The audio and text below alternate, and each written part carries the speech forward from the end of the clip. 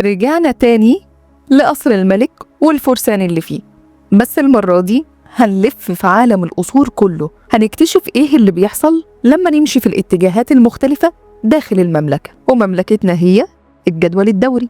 تعالوا نتمشى في الدورة، يعني هنتمشى في شارع طويل كل قصر على شمالنا أكبر من اللي قبله، وده لأن العدد الذري بيزيد.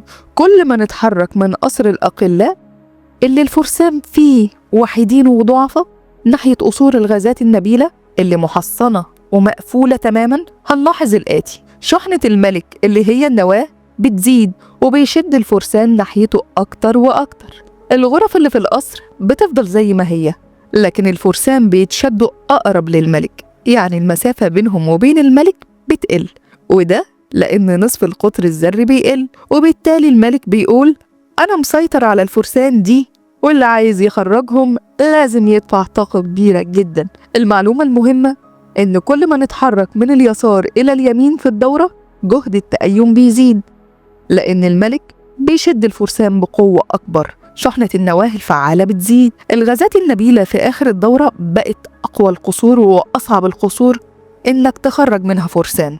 دلوقتي بدل ما نمشي في الشارع اللي هو الدورة، تعالوا نطلع سلالم القصر من فوق لتحت، ودي المجموعة.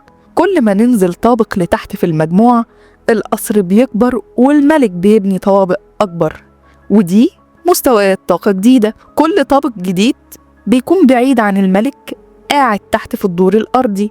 الفرسان اللي ساكنين في الطابق العلوي بعيدين عن الملك، يعني قوة جذب الملك ليهم بتقل. الملك بيقول الفرسان دول بعيد عني، مش هتعب نفسي في شدهم، خرجوهم لو عايزين. كل ما ننزل لتحت في المجموعة جهد التأيم بيقل، لأن نصف القطر بيزيد اللي هي المسافة ما بين الفرسان والملك بتكبر، فتبقى قوتهم ضعيفة وسهل تخرجهم. كل ما تزيد شحنة الملك اللي هي شحنة النواة الفرسان بيتشدوا أقرب للملك وبيكون أصعب إنك تخرجهم. جهد التأين هنا بيزيد. كل ما الملك يبني طوابق أكتر الفرسان في الطوابق العليا بيكونوا بعيدين وضعفة وسهل جدا تخرجهم، لأن جهد التأين بيقل. كلما زادت قوة الملك أي النواة قرب الفرسان منه، وبالتالي جهد التأين بيزيد في الدورة. وكلما بعد الفرسان عن الملك وزادت الطوابق جهد التأين يقل في المجموعة.